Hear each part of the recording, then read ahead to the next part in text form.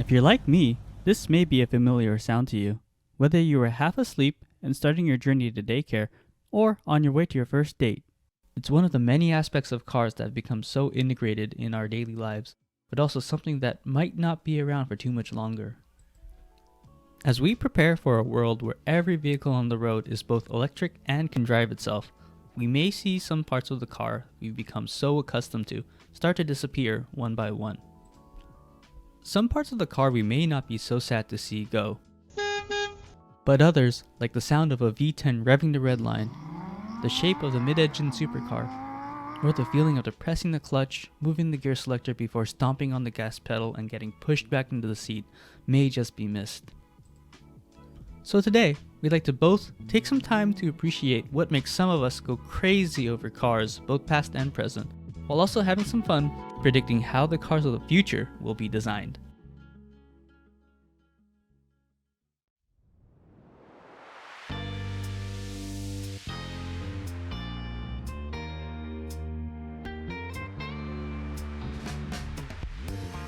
Welcome to the Casual Contemplation podcast.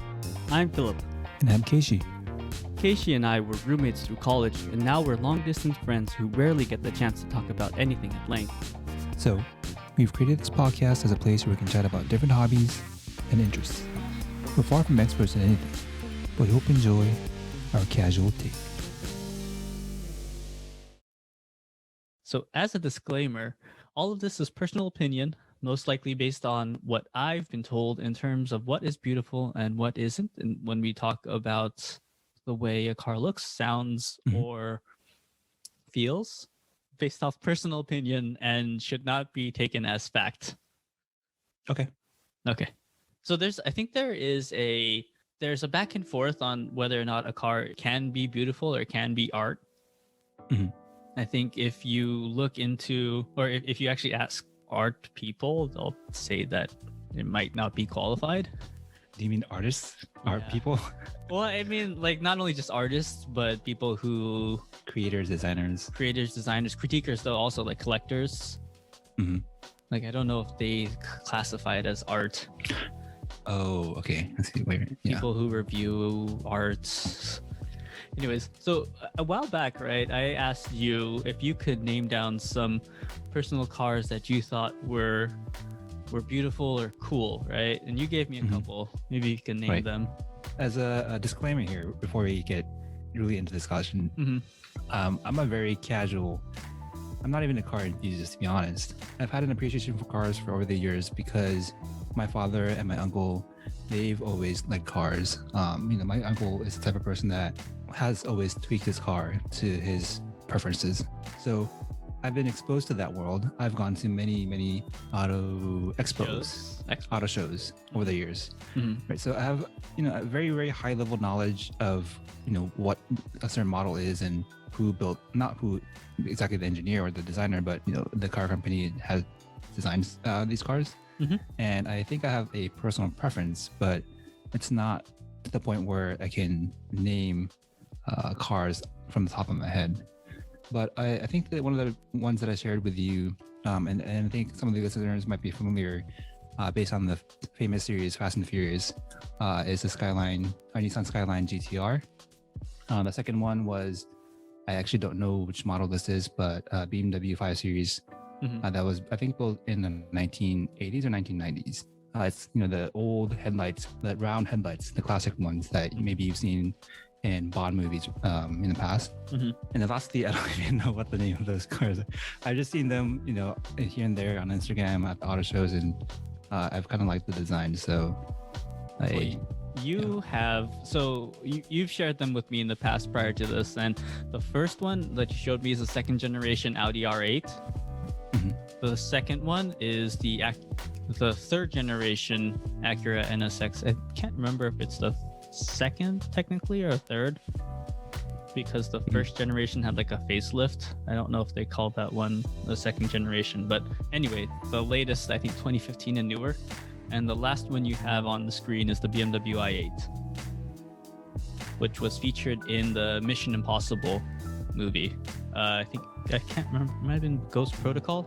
The NSX was from a topless version, not the actual real production version, but the topless version was driven by Tony Stark in Iron Man 2, I believe. It's when he gets attacked at his house, which is 3. It's the first Avengers. That was the first time you saw the NSX, actually. Ever released in the Marvel Cinematic Universe. We'll put some pictures up on our WordPress, so you can take a look there. Anyways, you think that these are pretty cool cars, and I'd be inclined to agree with you. 3 out of those 4 cars are mid-engine. 2 out of those 4. I don't know what you consider the last one, but 2 out of those 4 are very like mid-engine sports cars. So they have a very like sports car silhouette, right? A very kind of short front with a long sloped rear end, almost a teardrop coming down the back. Right. And based off pure aesthetic, that's kind of the sports car vibe that we are all used to in kind of today's world. Obviously, all of your Ferrari supercars, the Lamborghinis of the world, so like your Lamborghini Diablo, Murcielago, they all have a kind of similar silhouette. And it's actually something that Mercedes-Benz and Audi have been trying to do, and most recently Porsche have been trying to do with their sedans, actually. So they've actually... Oh, really? Yeah, so if you look into like the Mercedes-Benz CLS, it has that kind of shorter front but a longer drooping sloped rear to kind of emulate kind of like a coupe sports car like look. So the CLS was kind of the first Mercedes-Benz attempt at that, and that's something I think that a lot of people find really good looking. We did go a little bit off topic there, but what about your preferences with cars and design? I think a lot of cars are beautiful as well as kind of cute-ish. Like they're cool in the way that they kind of like exude kind of their own personality. So like, for example, Mini Coopers, right? Especially the old original Mini Coopers, they have a very iconic design that's very, like, I think a lot of people call it cute, but I think it's like, if you don't want to call it cute, you could just call it cool, because it's very unique, very mini, right? So, but really, cars that stir my emotion, right? The 3rd generation Mazda RX-7 is something that I thought was one of the most beautiful cars ever, and I still hope to get one at some point in the future. Aston Martin's V8 Vantage, when they were actually making their own V8 Vantages, that's a really beautiful looking car.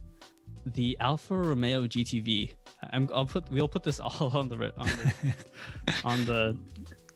website so that you guys could follow along. But these are really, like, they have such soul within their design. Like soul, right? They're not cookie cutter. They're very like they have curves, for example. They have flowing lines.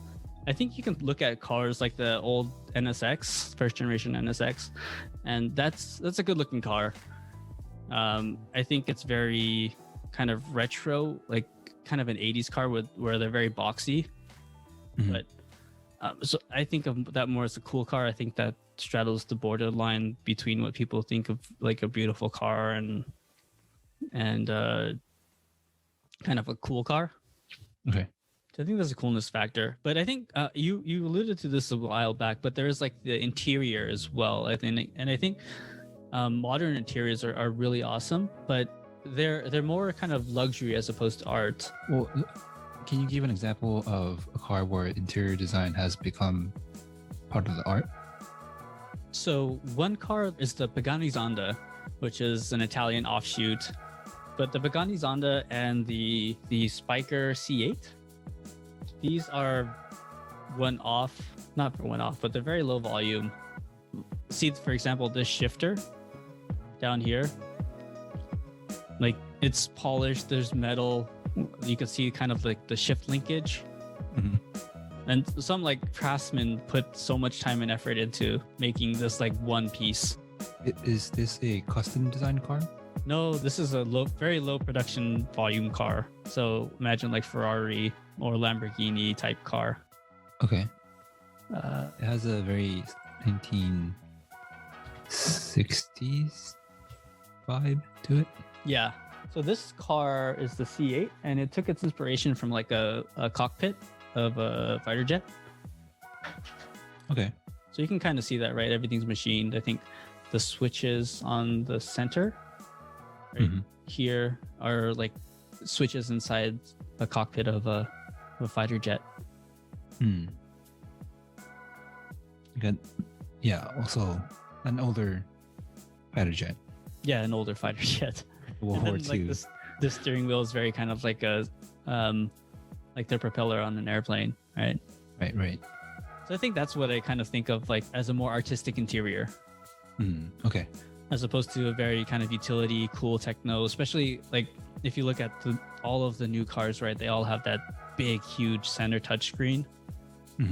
It takes up kind of all of your attention in the interior, and the rest of the interior is essentially designed to disappear. That's kind of where I just see kind of older interiors or interiors like this as more artistic, more kind of craftsman.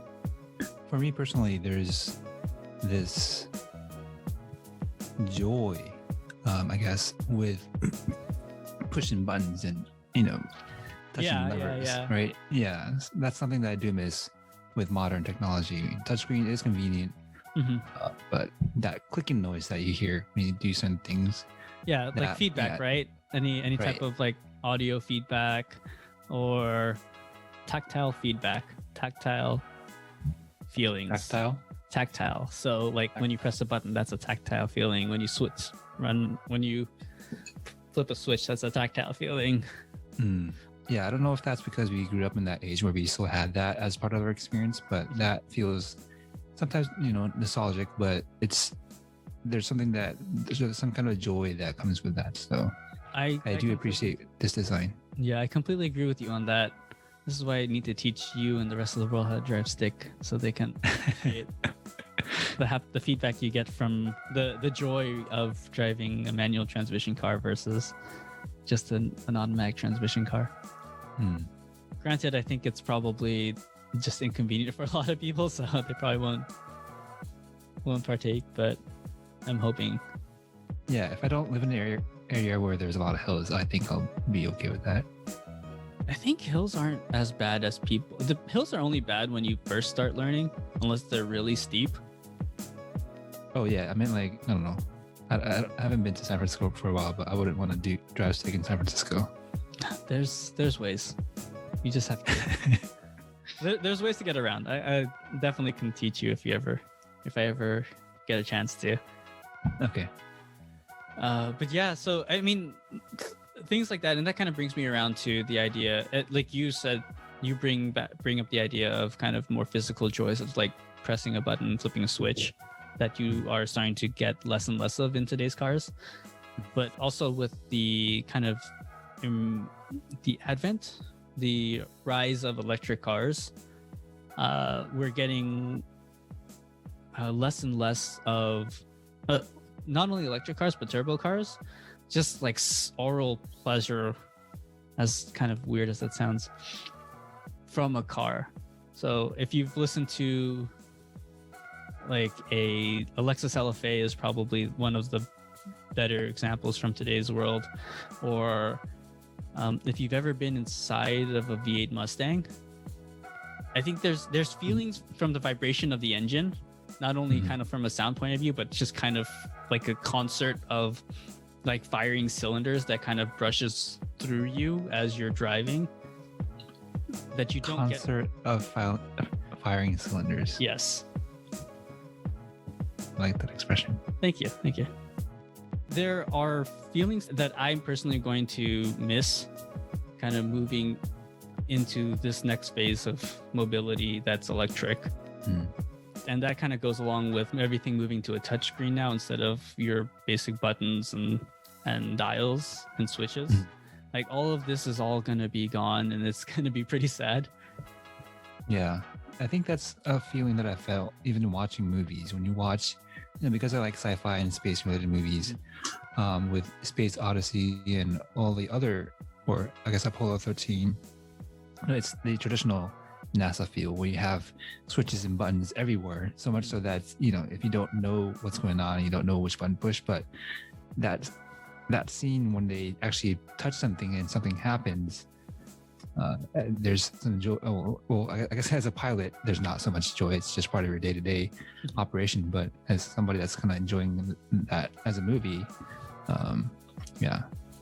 Well, I think tactile feelings, feeling of buttons, pressing, like flipping switches. Also, like, I think we talked about this a little bit when we talked about the like driving stick. Like that is actually a very like engaging feel and tactile feel. And I think my girlfriend told me that she understands kind of like the feeling when you see someone shifting a lever. Like it's a very macho feeling. I don't know if it's like a macho feeling, but I think it is a very like satisfying feeling, especially if you have like a car with a very good shifter. Is it the feeling of being in control of what you're, yes, driving or control? No, I don't know. I think there's some of that, but the kind of obviously there's more engagement. It's an aspect of like driving that kind of brings you back into the moment of driving. So I don't like shooting guns, right? It's something I'm really scared of. I've done it once. I didn't enjoy it. But kind of like that feeling when you press the trigger. It's a high. Yeah, that feeling you get is kind of like similar to kind of like really good shift when you shift through gears. It's an adrenaline rush. Yeah. No? Yeah. So kind of like a bolt action rifle. Like that's how some people describe some shifters. I don't think that's super accurate, but kind of like to each their own. To each their own. But kind of, yeah, along the lines of just having kind of like that feeling when you take the shifter out of gear. Like when you're driving, you'll press the clutch pedal down. You will take the shift lever out of gear and push it into another gear. And then at some point, you'll essentially kind of bring the clutch back up to its engagement point. And then you'll start pressing the gas and you'll continue driving. But kind of that whole series of events is a very like engaging, very satisfying action.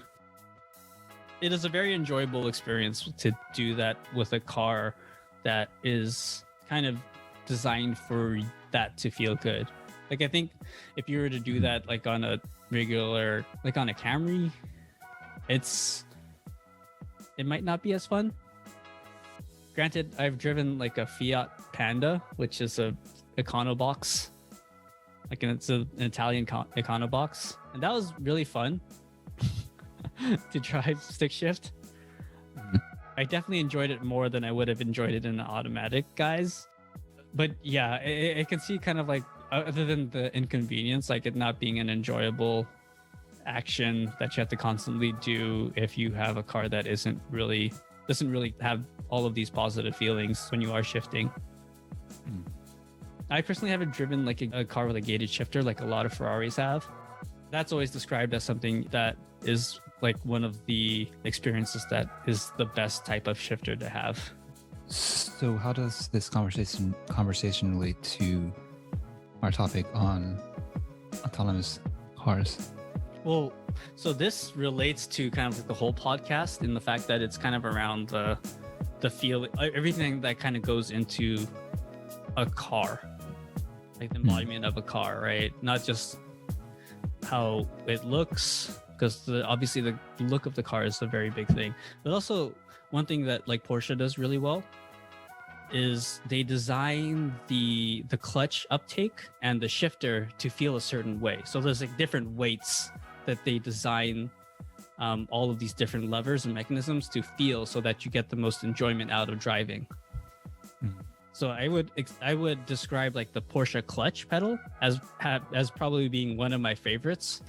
My Honda S2000 has probably one of the best shifters. So if but I don't know if they match well together if you put them together. Just individually on their own, they're really good.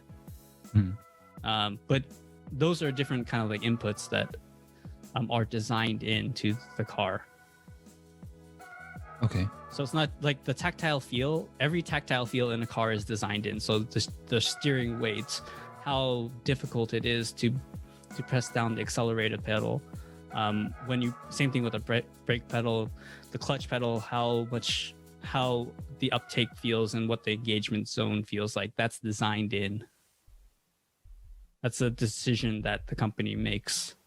So I think that's a good kind of segue into probably this next part of the podcast, where we talk about the future of cars, right?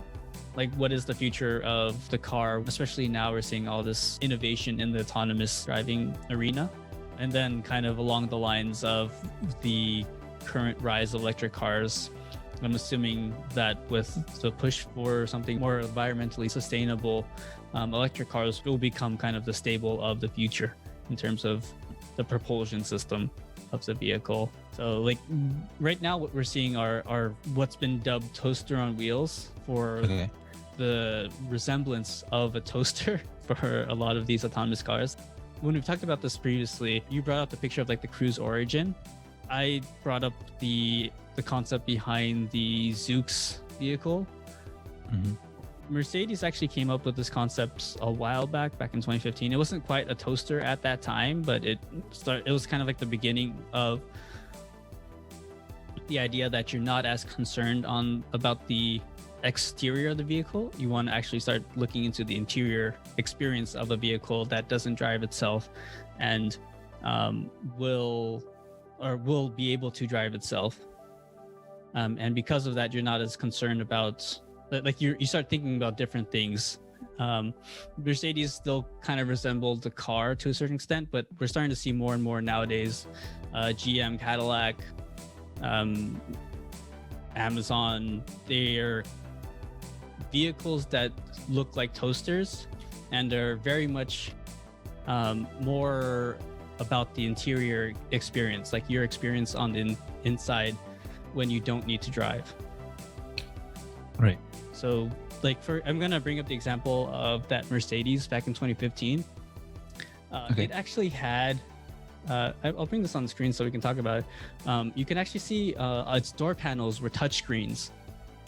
So they had typical doors like you would have on a normal vehicle, but what they had on those doors were touchscreens because they know that you wouldn't be really paying attention to the outside of the car. You'd be really kind of more focused on like the digital, anything digital. Like we're very focused on our phones kind of in today's age, right?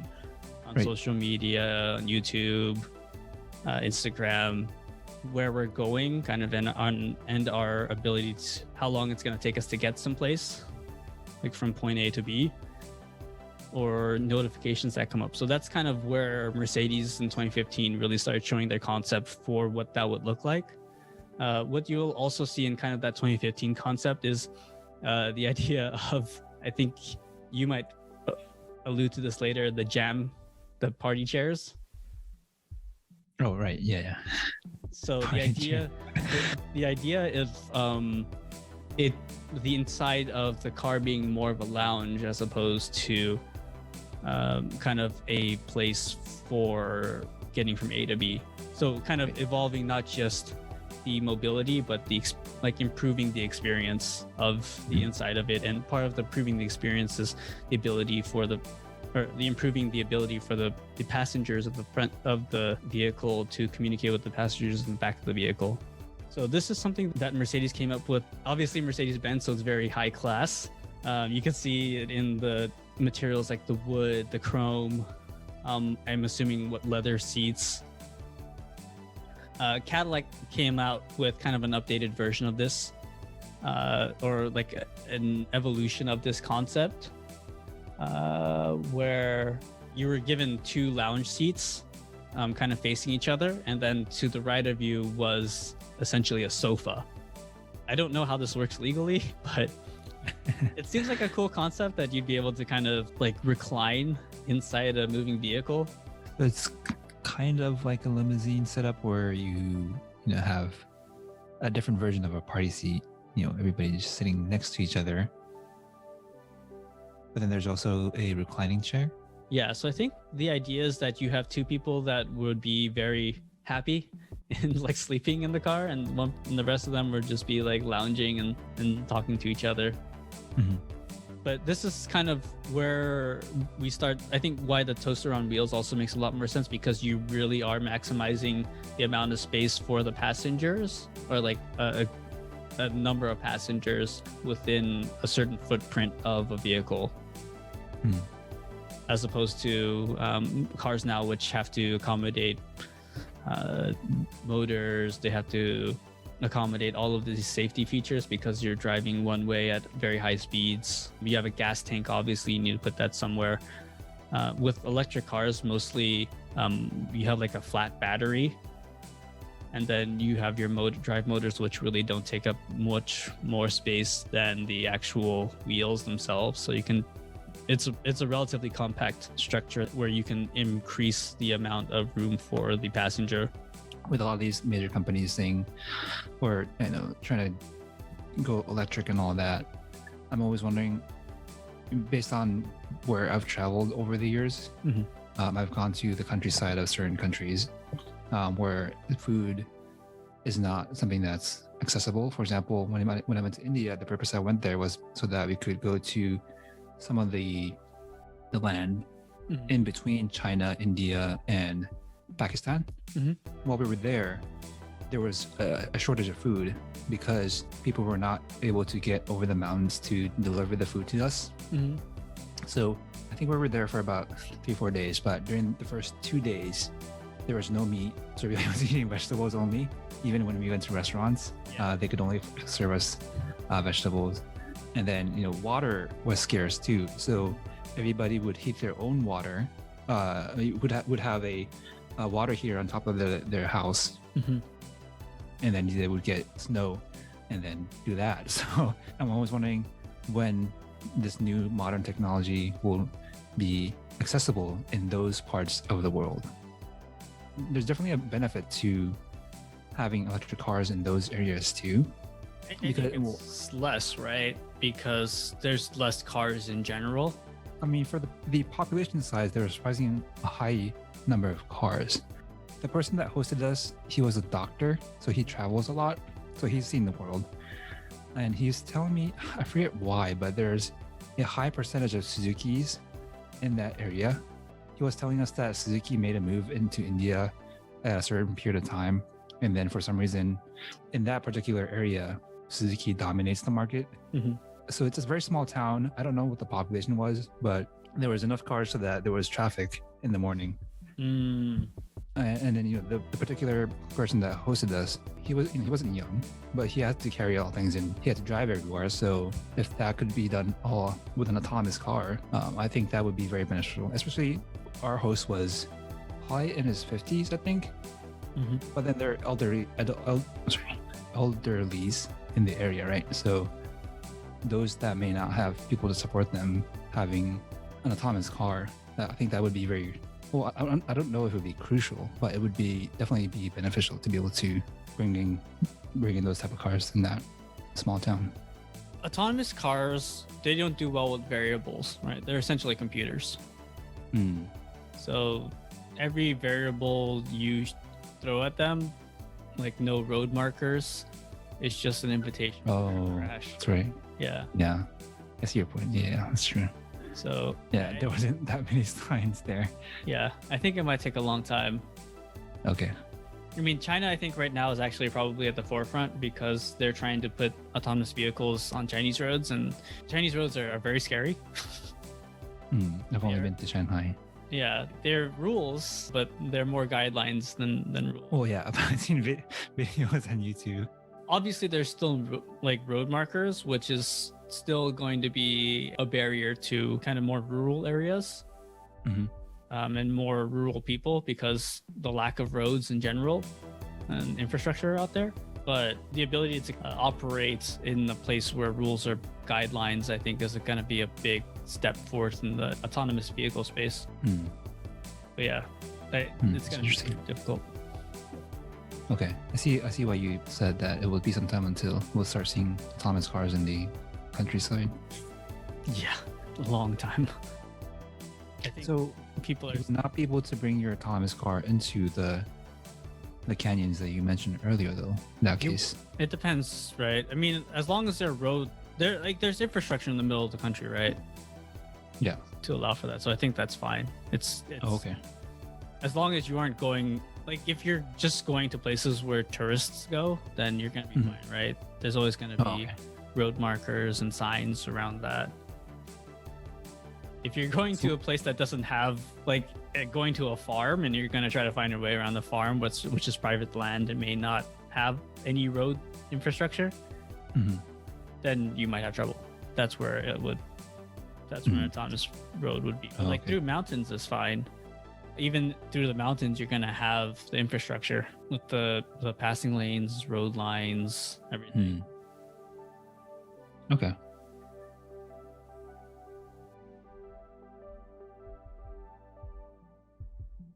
Thanks for making it this far. We'll see you after a quick commercial break. Going into this first season of podcasts, when we talked about the idea of designs, we want to end each of these podcasts with kind of our own take on where we thought some of these designs might go in the future.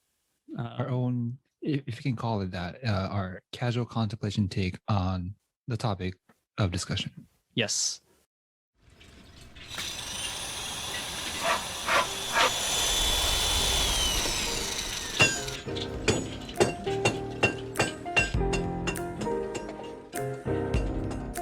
The CaʒCon Workshop.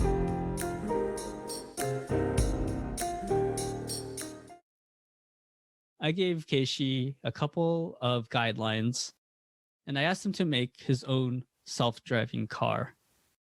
For the self-driving car, I asked him to make a car that can't be used for rideshare, is the same ballpark class as a Honda Accord or Toyota Highlander. It's fully self-drivable. For those in the industry or been following the industry, that means it's capable of level 5, which at this point, for the purposes of the design, do not affect the car's price. The maximum size of this vehicle is a minivan. It is electric, and for the purposes of this podcast also, and this design exercise, there are no infrastructure concerns, so you don't have to worry about the long charging times that you do today. And it must also be kind of like your everyday car. So Keishi, with all of these in mind, what did you come up with? So I started off by thinking, what would you do, or what would I do if I had all this time on my hands? You know, I think at least for us growing up, the car experience as a kid, you start off with. And when you say like all this time on your hands, you mean all of this time on your hands because you don't have to focus on driving? Right. Okay, so if you're somebody that's commuting to work, you're focused on driving, and there's really not much else you should be doing. Some people eat, listen to podcasts, listen to music, and sing a lot. But with the direction that the industry is headed, you get to spend that hour commute doing essentially, for the most part, whatever you want to do. That's where my head went first. And if I were to drive to the city, and if it took me an hour, I would probably work, read, sleep, things like that. So that's where I started off. But then I was thinking of my personal experience growing up, taking family vacations. So I grew up in the East Coast, and camping is a pretty big thing there. So we would go camping, in which, it would take probably half a day or maybe the whole day to get to a certain place. And, as a kid, the parents would be always irritated with the kids not being able to stay calm. You get bored. Even as an adult, driving 6-7 hours is a pain in the butt. So are we there yet? Brings up right. The Ice Cube, are we there yet? That's the thing that I think a lot of people have experienced growing up as a kid and as an adult. But with the direction that the industry is headed, the adults in the car, they don't really need to focus on the driving anymore. So they get to spend more time with whoever else is in the car, which creates this whole new experience of travel.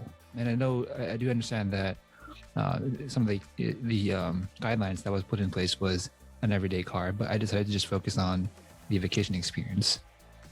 I'll start off with the exterior design, interior design, and maybe other features that I'd like to see if I were to design something to be used for those family vacations. Mm-hmm. So starting off with exterior design, and I think I was inspired by what's already out in the industry, similar to what I had shared earlier, the epoxy design, making the most out of the space now that you don't need to focus on spreading a map to see which highway you're supposed to take, or the steering wheel and things like that. So to take advantage of the space, I'd probably go with epoxy design, something similar to what you see currently and with vans, that type of space, that type of openness to it. And some of the inspiration would probably, for me, would come from rovers that you see that we've sent to the moon or like to space Mars. rovers. Space rovers. I don't have the exact model number here with me, but recently Toyota and JAXA, the Japanese version of NASA, collaborated to come up with a rover, which I think, if you watch a lot of sci-fi movies, you can imagine what I'm talking about. I guess people still need to drive those cars, so there's a bearing space in the front, but then in the back, there's a space for individuals to relax. There's a table, there's a bed, things like that. Those amenities that you see in a camping car, but I was imagining something a little bit more compact. So chairs, it would be reclining, similar to the way in airplanes, if you pay business class or first class, you get to recline your seat all the way down so that you can actually sleep. So something to that nature would be. Would you have, so the JAXA study had 6 wheels, would you also have 6 wheels? I think it depends on where you're planning to go. If you really wanted to go to the middle of nowhere to camp, I think being able to have the 6-wheel design might be helpful. But if I was going to use it as an everyday car, that would be a little bit too much and probably wouldn't fit in my garage or my parking space. So maybe not. So, Not the. So kind of going kind of like on that road trip topic. So I think part of the road trip is being able to see on the outside, especially for the front drivers. Is driving still involved at all in the vehicle, or are you going to have like no steering wheel kind of thing? Ideally, I would not want to have steering wheels. So it would be as easy as putting a destination on the smartphone map. So you just put in a destination and then the car automatically drives for you. One feature that I definitely want to see is an option to choose a route with the best scenery. I think currently when you take a family vacation or it's a road trip in general, oftentimes the driver, they're kind of focused on where they're headed and where the other cars are. So they don't get to always experience the scenery around them. It's a little bit hard to have a very collective experience, seeing something, especially if it's something that's on the way to that destination.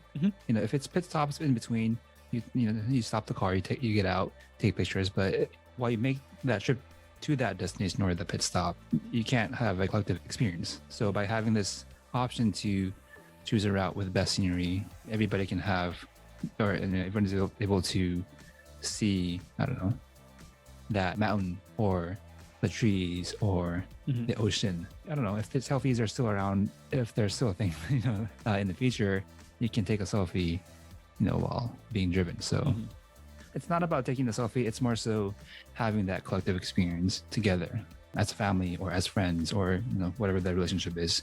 So that's what I want to be able to provide with this new car. And then might be a little more so on the business side, the business mindset that I tend to have, or I'm always thinking of how companies make money. So if you're able to link your phone or something like that to the car, for example, maybe Yelp, while you're traveling to that destination, you can also eat local foods there that might have good reviews. So what I'm kind of imagining is when you put in the destination in the car, when you first begin your travel, that's when you put together your travel plan. So you get to put in the final destinations as well as some of the places you want to stop on the way there before you start your trip. So you would designate this day, you would go here and here and here, stop here and here to eat, so that you as somebody inside the car is solely focusing on, well, I guess you're just focusing on yourself and your friends. You don't have to worry about traffic because the car will take you to that spot by calculating, what's the best route and all that. So it's almost as if you have your own personal chauffeur. I kind of like want to see how you develop this. If you have the most scenic routes, but that most scenic route is has the most traffic on it. What is kind of the situation there? That's life. There's no way to get around traffic. I know, but what does your personal chauffeur do? For example, if you've been in California, I think you might get this reference. If you've traveled to LA or if you've lived in California, I think you know, if you want to go from SoCal to NorCal, you either take the 5, you drive through Central California, or take the PCH, and you get to see the coastal lines, and then stop at certain famous spots on the way. So when you take the PCH route, it does take a lot longer. And there's more traffic because it's so popular. But you still take that trip because you still want to have that experience. So you plan it out so that you have enough time to get to your destination on time while taking longer. So I don't think that would be an issue. Well, it's still an issue because you still have to sit through traffic, but it's not like you have to focus on driving for 6 hours. It's more so you're just in the car for 6 hours. Well, I mean, I don't know if that's better. That's still 6 hours without. You're in an entertaining room for 6 hours, so you could. I'm assuming you've based off what you've already said, you'd be able to play games with each other with the kind of like the chairs and kind of be like an old so I didn't kind of thing. Yeah, sorry, I didn't touch up on that, but you'd have a slidable table that you can pull out, and you could store things under it, like board games or PlayStation consoles, connect it and play video games, things like that, just to keep you, not to keep you busy, but it's still a car. So it's not like with this new car, you can get to that destination, in 1 hour while it used to take 6 hours. That's not going to change much, I don't think. So yeah, not until the bullet train. Right. Which is another episode. Please be on the lookout. So it's just to keep you entertained while you make that trip. So that was my design. Woot! Your concept is really awesome of kind of like basing it around the road trip idea. I definitely think that there haven't been as many self-driving car concepts around that have really kind of focused on that. They've been more on just basic kind of daily mobility. What do I do like on my way to work? So I think that the fact that you've focused on the road trip is really cool. And kind of contrary to that, and back to kind of and on my side of things, so I also was assigned a task of designing kind of the future of the car, but instead of something that we own personally, my car was going to be something that we didn't own. So kind of like similar to the Uber model. If Uber could make a vehicle, what would it look like? Kind of contrary to what most of the concepts that have come out, my concept is actually more focused on allowing an individual to really kind of experience their own individual time. And what I mean by that is kind of referring back to the Zoox and the Cadillac concept, where the driver or the passengers in the front seat and the back seat kind of look towards each other. My thought is to actually make 4 individual pods kind of faced away from each other, facing on the outside. Each of those pods would have their own individual door based on kind of what was packed. And on Uber, you can say how many passengers you will need to carry.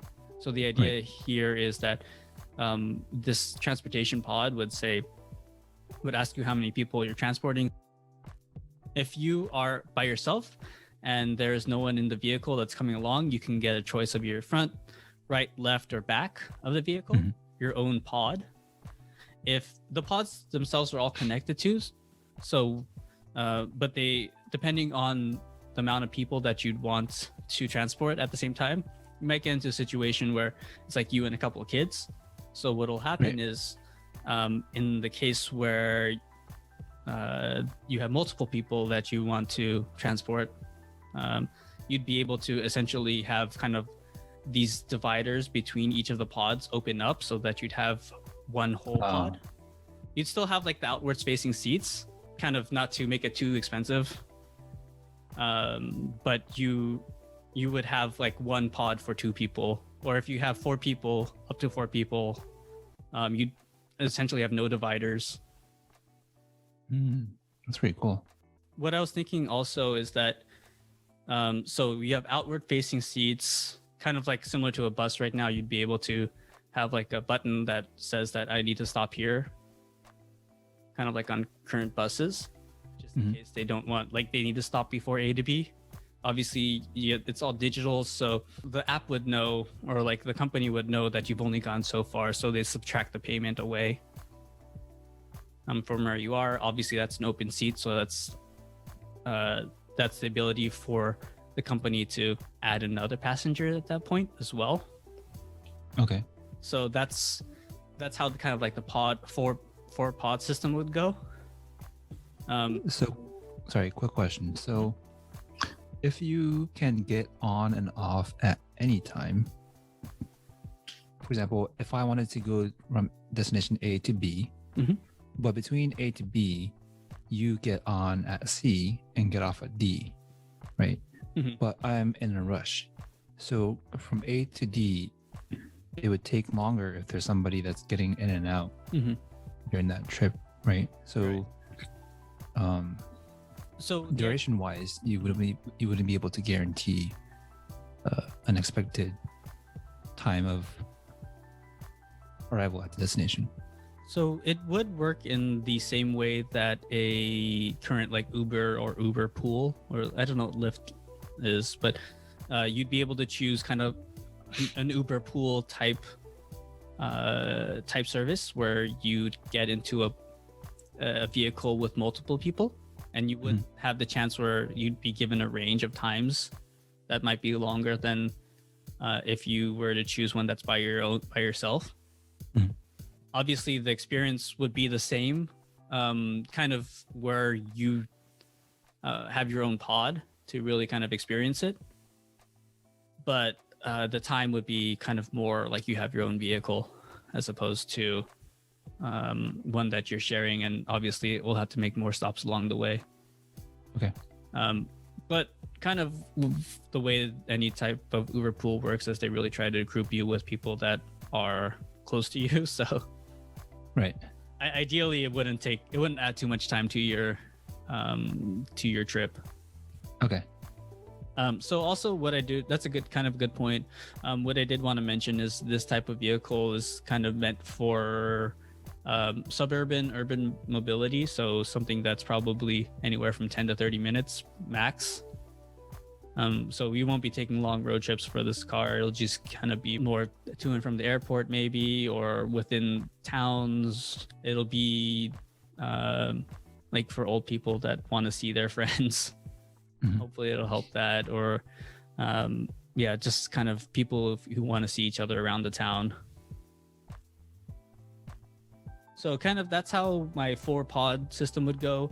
Within each pod, because you are facing outside, and the fact that you have a pod, we don't want to create the idea of claustrophobia. We want to try to prevent that. So right in front of you is kind of like a full-length door of glass, or like tempered glass. So it would be kind of shatterproof to a certain extent, but it's a glass that has the ability to turn opaque at the user's request. Like those bathrooms in Japan that was released last year. I think so. I didn't know about that. There's a big thing on YouTube, I think, and on Instagram. So there's a bathroom. Well, it's a public bathroom.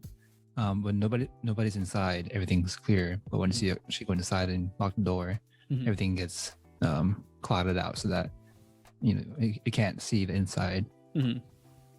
Yeah, so that'd be part of there'd be 2 kind of big functions of that glass that's in front of you. One of them is the ability to turn opaque at the user's or at the passenger's request. The other one is to be kind of a smart glass type of experience. So it'll allow you to see the outside, but you'll also be able to kind of do touchscreen commands on it. You'll be able to see your trip, ETA, change the temperature in your pod, for example. there will be other features, but those are kind of the main features that I probably would want in that pod. It's going to be, because I said it's like a 10 to 30 minute trip. You probably won't be doing too much work in it. You might be taking calls, so it would be kind of a soundproof, more soundproof-esque material pod, kind of focusing on the absence of sound. But that'll also be kind of good so that you'd be able to like recover from the world. As in like meditation? Kind of like, yeah, that meditation. So there'll still be like some minor sounds, but they'll be, for the most part, removed for the sake of, I think it's difficult for people to be in soundless rooms. There's kind of like a mental like concern that arises. Right. So having like some faint sounds, I think, will be preferred. At the same time, if you want to kind of create an ambient environment, that's something that you'd be able to do. There would be controls for kind of like on that smart screen for either music or kind of a environmental music, like that you might want to listen to, like waves, a creek. So for the customer's privacy, unless you open the dividers, you wouldn't be able to hear conversations happening in the pod next to you, right? No. Yeah. Okay. So yeah, that's the idea. Like, you want to have your own private pod. I think that is a lot more beneficial to people kind of getting around, as opposed to having something that is kind of more communal. So one thing that I do want to kind of make sure that I'm attacking because of the reach is kind of like for it to be accessible. So if you have a wheelchair, there'd be kind of like a folding out ramp, but also the chairs, because it is only designed for maybe 10 to 30 minutes, would be kind of more jump seat-esque. Okay. So they would be they'd be foldable by default, and you'd have to kind of fold it down, or you'd have to press a button so that it would kind of pop out. It wouldn't be presented to you, so that if you are a wheelchair person, you could just ramp up into the pod and kind of secure yourself that way. Yeah, I like that feature. That's very important. That'll be something pretty big. So with this design that you have in your mind, how big will this car be? So ideally it'd be similar in size to kind of the car that you had, kind of like a van, the van max size. But again, it goes into the idea that you have 4 individual, more or less, cockpits, and the fact that each of those pods are at any moment connectable, depending on the seating number of seats requested by the passenger. Okay. A couple of other features that I did want to throw in there, just so that the listeners, if they ever decide to back me for making this, we're talking in the billions here, is the fact that it is self-cleaning. I think that's become a pretty big factor in today's kind of world, especially with COVID. So cleanliness is kind of something that I do want to try to figure out. Obviously, like you and I have been on public transportation before. I've seen BART trains where people have puked or peed or worse in the cars. So in the individual pod, I would like a cleaning mechanism to kind of, not necessarily deep clean, but at least give the next passengers a sort of idea that, like, if someone picked their nose or peed in it by accident, or like peed their pants, like if you had a kid, obviously there's going to be situations where you have kids, right? Right. Sometimes the kids might pee their pants. That's like logic. But also, like, there's probably going to be people that are getting transported that are sick. So if you have your own individual pod, that a lot of those germs are going to stay in. So between each passenger, as soon as the passenger leaves, there's going to be some kind of cleaning. Right now, UV light is like a big one for like the fact of germs. Obviously, there's going to be some scents that we're going to kind of run through the HVAC, the heating and ventilation system. and cooling system, so that there's a continual fresh smell, and like the pod is climate controlled. But there's going to be some things that we're going to have difficulties. Obviously, if you were to have a service, there'd be like a deep cleaning every day. I think right now kind of BART doesn't do that, but probably trains in Japan probably do that, where they have like a deep clean every day. Yeah. And when they come into the station, they have those people lining up that bow. And then, it takes them, like, I think there's a set SLA, but 30 seconds to a minute to clean the whole train. Yeah. So I think that's something like a service that you'd have, so that at least you'd have some assurance that that you're getting into a clean pod. I think that's something that we've taken for granted up until recently, but now it's become kind of a pretty big concern.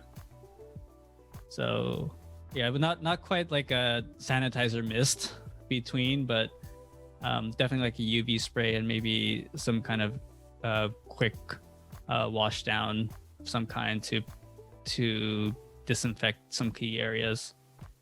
So yeah, that's my idea for kind of like the future of the car moving forward.